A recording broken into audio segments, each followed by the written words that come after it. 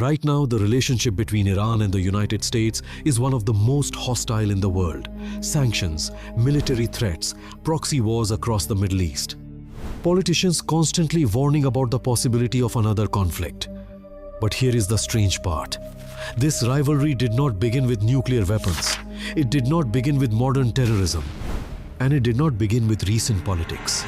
The real story begins more than 70 years ago with oil, a popular democratic leader, and a secret intelligence operation that most people have never heard of. In 1953, a covert mission carried out by the Central Intelligence Agency and Britain's MI6 helped remove Iran's democratically elected prime minister from power.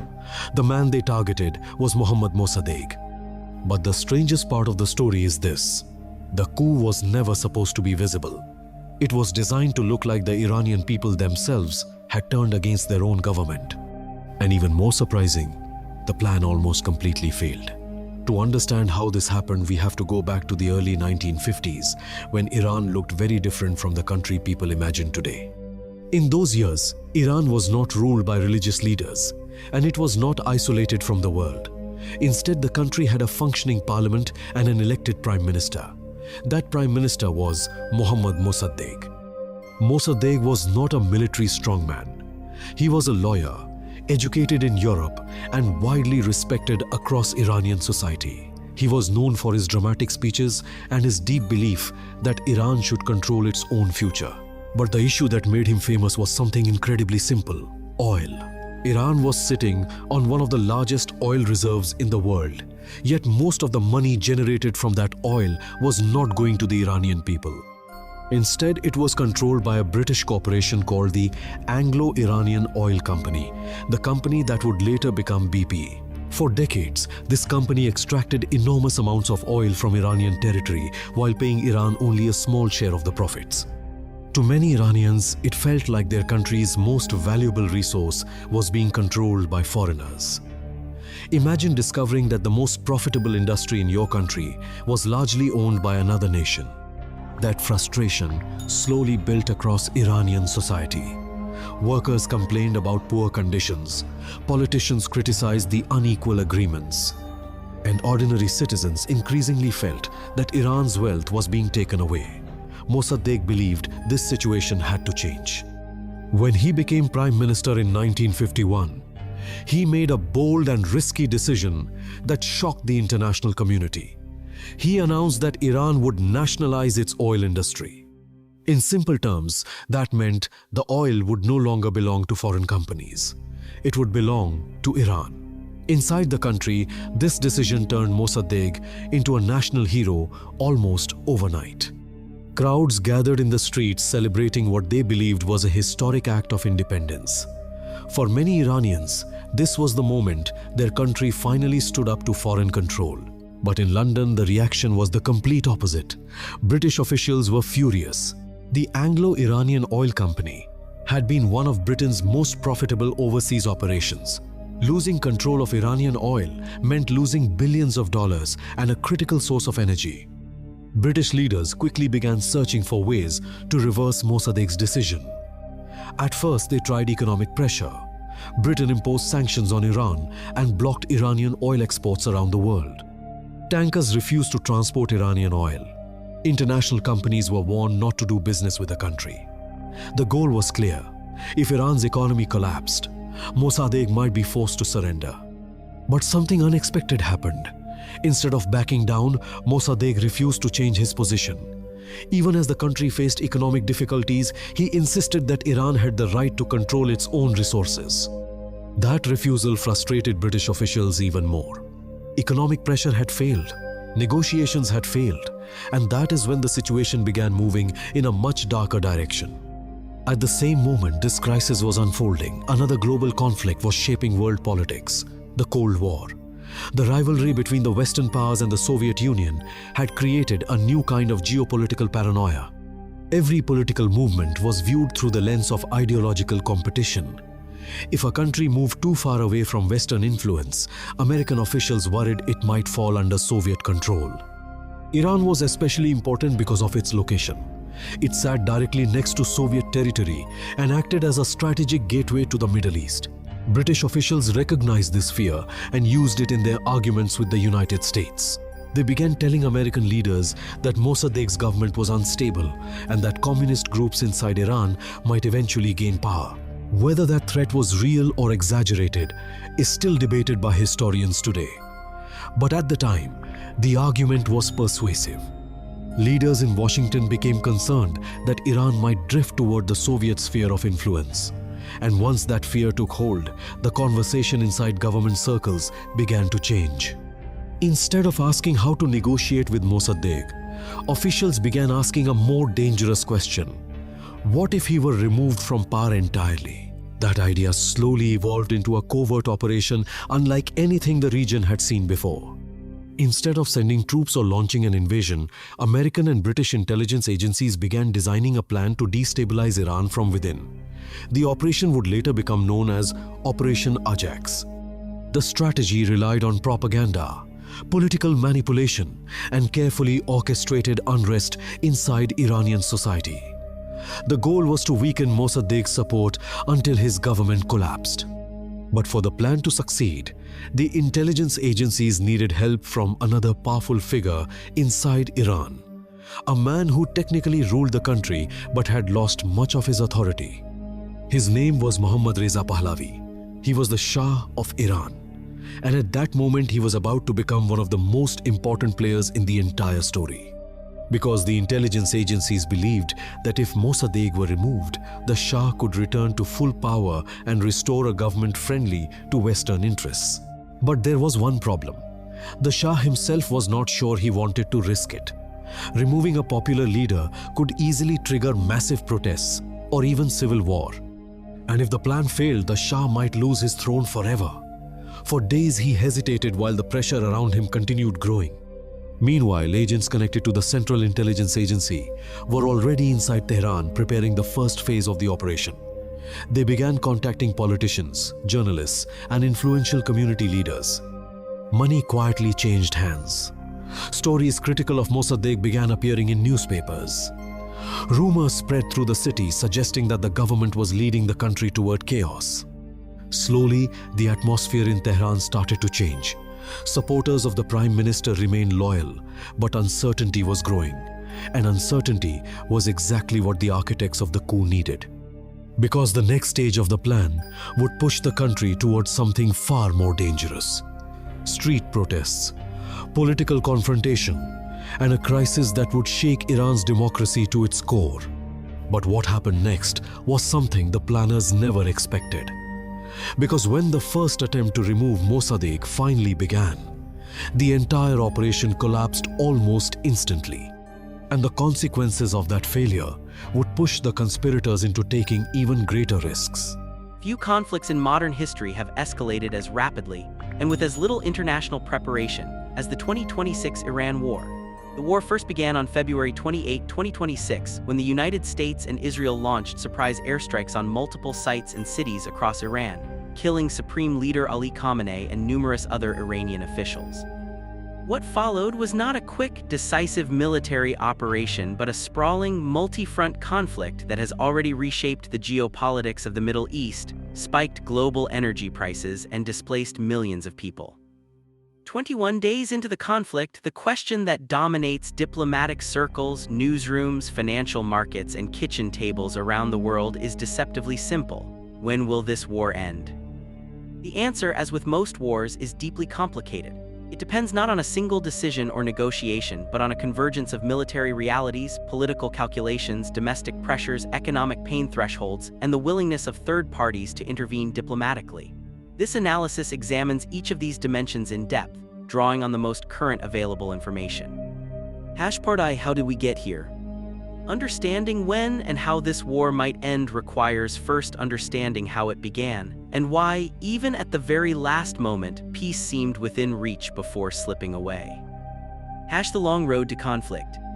Tensions between the United States and Iran stretch back to the Islamic Revolution in 1979 and the subsequent Iran hostage crisis, which set a tone of mutual hostility and deep distrust. The immediate concerns leading up to the 2026 Iran war included Iran's nuclear program, its ballistic missiles, its military reach in the Middle East region, and failed attempts to renegotiate a nuclear deal after the collapse of the 2015 Joint Comprehensive Plan of Action (JCPOA) nuclear agreement. After years of diplomatic efforts collapsed, a prior round of hostilities known as the 12-Day War erupted in June 2025, when Israel and the United States launched strikes against Iranian nuclear infrastructure. On June 21, following orders from Trump, the U.S. bombed the Fordo uranium enrichment facility, the Natanz nuclear facility, and the Isfahan Nuclear Technology Center in Iran. On June 24, Trump declared a ceasefire. That ceasefire, however, proved fragile. It halted the immediate shooting but resolved none of the underlying disputes. The spark of 2026. In January 2026, Iranian security forces killed thousands of protesters during the largest protests since the Islamic Revolution. U.S. President Donald Trump threatened to take military action against Iran for the killings. Even so, diplomacy was attempted. On February 6, 2026, Iran and the U.S. held indirect nuclear negotiations in Oman's capital, Muscat. Iran emphasized that progress depends on consultations back in capitals. A second round of nuclear talks was scheduled in Geneva. In an extraordinary twist of fate, peace appeared genuinely possible just hours before the bombs fell. Just before the strikes began, on February 27, 2026, Oman's Foreign Minister Badr al-Buseidy said a breakthrough had been reached, and Iran had agreed both to never stockpile enriched uranium and to full verification by the International Atomic Energy Agency, IAEA. Furthermore, Iran had agreed to irreversibly downgrade its current enriched uranium to the lowest level possible. Al-Buseidy said peace was within reach. The war began anyway. After the US and Israel attacked Iran, al-Buseidy said that he was dismayed and that active and serious negotiations had been undermined. Part II, the state of the war 3 weeks in. # military operations. At 06:35 UTC on February 28, CENTCOM announced that it and partner forces had begun airstrikes against Iran. The U.S. military stated that it used B-2 stealth bombers as well as B-1 Lancers and B-52 Stratofortresses to strike fortified ballistic missile facilities inside Iran. The U.S. has carried out more than 7,800 strikes since launching the war on February 28 and damaged or destroyed more than 120 Iranian vessels so far, according to a fact sheet released by the U.S. Central Command, which oversees the roughly 50,000 U.S. soldiers in the Middle East. Iran has not been passive. Iran has retaliated by launching missile and drone barrages towards Israel and by attacking neighboring Gulf countries. Unlike the June 2025 strikes, the current conflict has spread across at least a dozen countries, closed the Strait of Hormuz, the world's major oil artery, and killed more than 2,300 people in the region. The energy war. Perhaps the most consequential development of the past week has been the deliberate targeting of energy infrastructure by both sides. Israel struck Iran's South Pars gas field, the largest gas field in the world.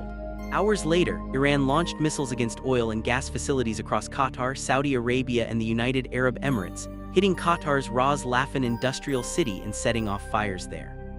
Attacks on energy infrastructure during the Iran war have spiraled oil prices, with Brent crude briefly topping $119 a barrel. Americans were feeling the pinch as the average price for a gallon of regular gasoline hit $3.88. Qatar says the attack on Ras Laffan could take 5 years to repair. This single statistic illustrates the scale of long-term economic damage already being inflicted, regardless of when the shooting stops. The humanitarian toll. The human cost has been staggering. The UN has warned that 3 million Iranians have been displaced by Israeli and US attacks. The WHO has confirmed that at least 18 hospitals and health facilities have been hit. Iran has also reported that several schools and residential areas have been severely damaged. The deadliest single incident occurred in the city of Minab in southeastern Iran, where a strike on an elementary girls' school killed more than 170 people, most of them schoolgirls. Part III, the diplomatic landscape, why peace is so difficult. Iran's position, no ceasefire, total end to aggression. Iran's public diplomatic stance has been remarkable for its consistency and its rejection of partial solutions. Iran's Foreign Minister Abbas Araghchi has firmly denied U.S. President Donald Trump's claim that Iran is ready to negotiate a ceasefire to end the war. We are not seeking a ceasefire because we do not want this scenario to be repeated again after some time. Rather, we want the war to end completely and permanently, Araghchi said. No, we never asked for a ceasefire, and we have never asked even for negotiation. We are ready to defend ourselves as long as it takes, Araghchi told CBS News Face the Nation. Iran's terms for ending the conflict have been made somewhat clearer by its president. Iranian President Masoud Pezeshkian laid out terms for ending the war, writing on X that the only way to end this war, ignited by the Zionist regime in U.S., is recognizing Iran's legitimate rights, payment of reparations, and firm international guarantees against future aggression. These are not minor demands. Reparations and ironclad security guarantees would be extraordinarily difficult for the United States and Israel to agree to, at least publicly. Iran's foreign ministry spokesman also rejected calls from European leaders for Iran to end the conflict, saying it was unreasonable to ask a country under attack to halt the war. Asking a country that has been attacked militarily to end the war is ridiculous, he said. The assassination problem. One of the most significant obstacles to a near-term diplomatic resolution is the deliberate elimination of Iran's most pragmatic negotiators. Tehran is mourning the loss of Security Chief Ali Larijani and Basij Force Commander Gholam-Reza Soleimani, both killed in Israeli strikes. Larijani was widely regarded as a pragmatic, seasoned politician who had the capacity to open windows for negotiation. He led the nuclear talks before the war started. Analysts say Israel's move to kill him may be aimed at closing the diplomatic avenues to end the war. This is a critical point. By targeting not just military commanders but the architects of diplomacy, Israel appears to have made a strategic choice to foreclose near-term negotiation. Whether this was the intent or a side effect of a broader decapitation strategy is debated, but the practical result is the same. Iran has fewer voices internally who are both credible and inclined toward compromise. U.S. internal divisions. Within the United States, the war is already generating significant political controversy. Senior counterterrorism official Joe Kent resigned, saying, "We started this war due to pressure from Israel and its powerful American lobby." U.S. Director of National Intelligence Tulsi Gabbard has been accused of altering her Senate testimony regarding Iran. Her written statement said U.S. intelligence had concluded that Iran had not attempted to rebuild its uranium enrichment capabilities after they were bombed in June last year, an assertion that undercuts Trump's insistence that Iran was close to building a nuclear bomb before the current war began on February 28. This intelligence controversy matters enormously for the war's trajectory. If the American public or Congress come to believe the war was launched on false or manipulated pretenses, political pressure to end it will mount rapidly. The historical parallel with the 2003 Iraq War and weapons of mass destruction claims is already being made in Washington. Allied concerns. The United States' traditional allies are increasingly vocal in their discomfort. German Chancellor Friedrich Merz said Berlin would have advised against starting a war with Iran had it been consulted by the US or Israel. While Tehran bears responsibility for the current crisis in the region, Merz said Berlin had made it clear that we still have many questions regarding this war, and that Israel and the US had shown no convincing plan as to how this operation could succeed. Germany's critique that there is no clear endgame is perhaps the most damning assessment from an ally. Wars without defined victory conditions have historically been the hardest to end. Part IV, scenarios for how the war could end. Analysts and commentators have outlined several plausible pathways to the end of this conflict. None of them are easy and none are imminent. Here is a realistic assessment of each. Scenario 1, a phased ceasefire leading to negotiations, most likely in medium term. This war is unlikely to produce a decisive military victory, nor is it likely to evolve into a comprehensive peace process anytime soon. The most realistic objective in the near term is a ceasefire. Historically, ceasefires emerge when all sides reach the same conclusion, that continuing the war will cost more than ending it. But for a ceasefire to hold, each side must also be able to claim some measure of success. The most plausible path forward begins with phased de-escalation rather than a sweeping political agreement. In practical terms, an initial phase could focus on halting attacks on Gulf states and civilian infrastructure, alongside clear assurances that Gulf territory will not be used as a launch platform for strikes on Iran. A second phase could then focus on ending the direct exchange of strikes between Iran and Israel. For Israel and the United States, leaders will likely argue that their operations succeeded in degrading Iran's nuclear and missile capabilities and imposing significant strategic costs. The opening for this scenario may be narrow, but it exists. Iran's proposal for a joint investigative mechanism still offers a narrow but meaningful opening for regional de-escalation. Gulf states may decide that cautiously exploring dialogue with Tehran, even if only at a technical level, could help prevent further destabilization in their immediate neighborhood. Timeline estimate: a preliminary ceasefire along these lines could emerge within 4 to 8 weeks if economic pressures, particularly oil market disruption, become severe enough to force both sides toward pragmatism. Scenario 2. Regime change or internal collapse in Iran possible but uncertain. Trump administration officials have offered various and conflicting explanations for the war, such as to ward off an imminent Iranian threat, to preempt Iranian retaliation against U.S. assets after an expected Israeli attack on Iran, to destroy Iran's missile and military capabilities, to prevent Iran from obtaining a nuclear weapon, to secure Iran's natural resources, and to achieve regime change by bringing the Iranian opposition to power. If regime change is indeed a U.S. objective, the war's timeline extends dramatically. History offers no examples of external bombardment alone producing successful regime change. Even the most devastating air campaigns against Nazi Germany, Iraq in 2003, required ground forces and years of effort to produce political transformation, and the resulting stability has often been elusive. Iran's government has shown considerable resilience. Iran's foreign minister said Iran had endured a difficult year but had resisted what he described as attempts by its adversaries to force Tehran into an unconditional surrender. The internal protest movement that began in late 2025 could theoretically be a catalyst, but crushing dissent under the banner of foreign aggression is a well-worn playbook for authoritarian governments. Historically, external attack tends to rally populations around their governments, not against them, at least in the short term. Timeline estimate: if regime change is the true objective, the war could last anywhere from 6 months to several years with no guarantee of the desired outcome. Scenario 3. Escalation leading to a dangerous impasse, a real risk. The current trajectory, with both sides escalating attacks on energy infrastructure, dragging Gulf states deeper into the conflict, and eliminating diplomatic interlocutors, could lead to an increasingly dangerous impasse. Qatar expelled several Iranian diplomats. Saudi Arabia declared that the little trust that remained in Iran has been completely shattered, and warned that non-political options are on the table if Iran continues its attacks. The Trump administration is considering deploying thousands of troops to reinforce its operation in the Middle East, as the United States military prepares for possible next steps in its war against Iran.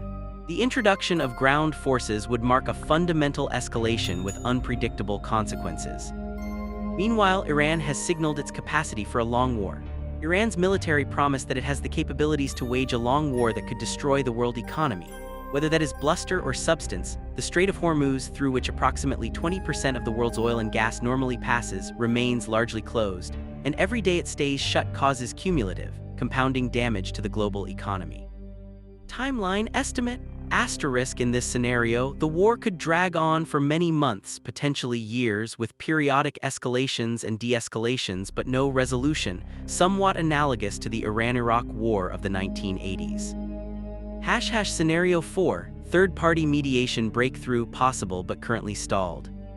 The precedent for successful mediation in this conflict already exists. Oman brokered the near agreement of February 27, 2026, the agreement that was destroyed when the bombs fell anyway. Oman, Qatar, despite now being targeted, and other neutral parties retain channels of communication with both Tehran and Washington. Araghchi suggested that the issue of enriched uranium could become part of future negotiations, but said that, for now, Tehran was not prepared to put the matter on the table. "Everything depends on the future," he said. "If any time in the future we decide to enter into negotiation with US or other interlocutors, we may decide what to put on the table." This represents a subtle but important signal. Iran has not closed the door to eventual negotiation. It has merely declared that the time is not now and the terms must be right. Countries like China, India, Russia, and Turkey, all of whom have significant economic and strategic interests in a stable Middle East, could bring substantial leverage to bear if they chose to pursue an active mediation role. Timeline estimate: asterisk, a third-party mediation breakthrough could come within 6 to 12 weeks if the economic pain becomes acute enough, particularly for China and India, who are both major importers of Gulf energy. Part V, the economic time bomb. One factor that will likely do more to end this war than any military development is the economy. The war has already produced severe economic dislocations. Attacks on energy infrastructure during the Iran war have spiraled oil prices, with Brent crude briefly topping $119 a barrel. Before the war, Brent crude was trading around $65 per barrel, a near doubling in 3 weeks. The last time oil prices spiked this sharply this quickly was during the 1973 Arab oil embargo, which caused severe recessions across the Western world. The damage to Qatar's Ras Laffan facility, which handles a massive share of the world's liquefied natural gas, is particularly alarming. Qatar says the attack on the LNG facility could take 5 years to repair. LNG is the fuel of choice for much of Europe and East Asia. A 5-year supply disruption from the world's largest LNG facility would be an economic catastrophe of historic proportions. Treasury Secretary Scott Bessent indicated the U.S. might lift sanctions on Iranian oil that is already at sea, saying in the coming days we may unsanction the Iranian oil that's on the water. It's about 140 million barrels. This would be a major reversal in U.S. policy. That this option is even being discussed suggests the U.S. is keenly aware of the economic damage its own war is causing. Economic pressure is often the most reliable predictor of when wars end. When the costs of fighting exceed the costs of stopping, belligerents find reasons to stop. The global economy is approaching that threshold with alarming speed. Part VI, what would peace actually look like? Even if the shooting stops, the conflict leaves behind a landscape of extraordinary complexity. A post-war settlement would need to address Iran's political transition, with Supreme Leader Khamenei dead and his son Mujtaba chosen to succeed him, Iran faces a profound crisis of legitimacy. Ayatollah Ali Khamenei was among those killed in Tehran on the first day of strikes, and his son Mujtaba Khamenei was chosen to succeed him. A new supreme leader without the revolutionary credentials of his father, presiding over a country that has just been subjected to the most devastating military attack in its history, faces a legitimacy crisis that could be destabilizing regardless of the war's outcome. The nuclear question, the ostensible cause of the war, remains unresolved. Iran's foreign minister said that the country's stockpile of highly enriched uranium is now buried under the rubble, following U.S. and Israeli strikes. But destroying enriched uranium is not the same as destroying the knowledge to produce it. Iran retains its nuclear scientists, its engineering expertise, and its motivation. Any durable peace would need an airtight verification framework.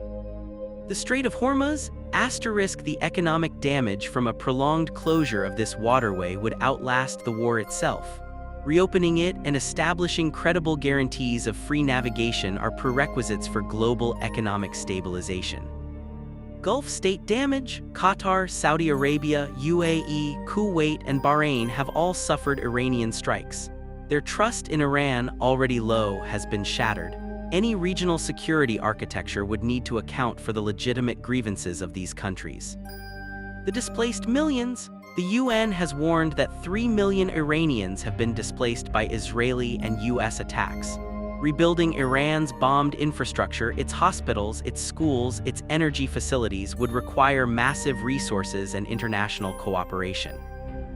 Part VII, the historical parallels. History offers some sobering context. Modern wars involving the United States have rarely ended quickly or cleanly. The Korean War lasted 3 years and ended in an armistice, not a peace treaty, one that technically remains in effect today. The Vietnam War lasted over a decade from direct U.S. involvement and ended in strategic failure. The Gulf War of 1991 ended within 100 hours of ground combat but left Saddam Hussein in power and required another war 12 years later. The Afghanistan War lasted 20 years. The Iraq War's aftermath continues to shape the region 2 decades later. Iran is not a small or weak state. It has a population of over 80 million, a sophisticated military ballistic missiles, an extensive proxy network stretching from Lebanon to Yemen to Iraq, and a deeply ingrained culture of resistance to foreign domination. The 12-day War of June 2025 produced only a temporary ceasefire. There is no reason to believe the current, far more intense conflict will be resolved more quickly or more permanently.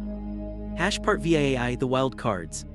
Several unpredictable factors could dramatically accelerate or complicate the war's end. Hezbollah's full entry, *. The conflict also has seen the resumption of hostilities between Israel and Iran's close ally Hezbollah and Lebanon, which had been observing a fragile ceasefire since 2024. If Hezbollah commits fully to the conflict, Israel faces a genuine two-front war that would strain its military considerably and potentially compel a recalibration. Houthi escalation.